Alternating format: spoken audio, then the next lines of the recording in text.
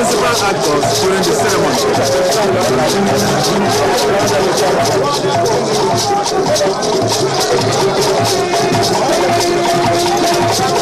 Introductory dance called Imeko Ogogo by J. Abaraja.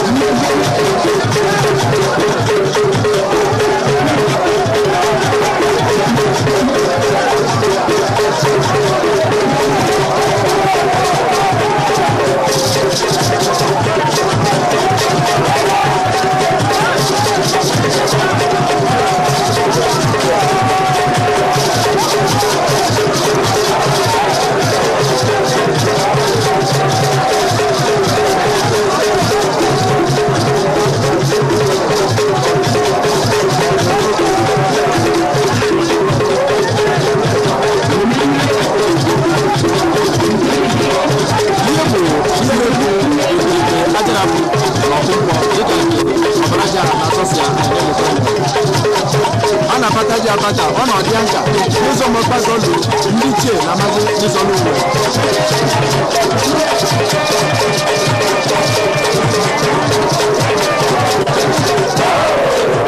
Ọbata tuwe mụ ndị gaa ọba mere ọzọ mmadụ ewere nka na-egusi nnabata egwu hotel.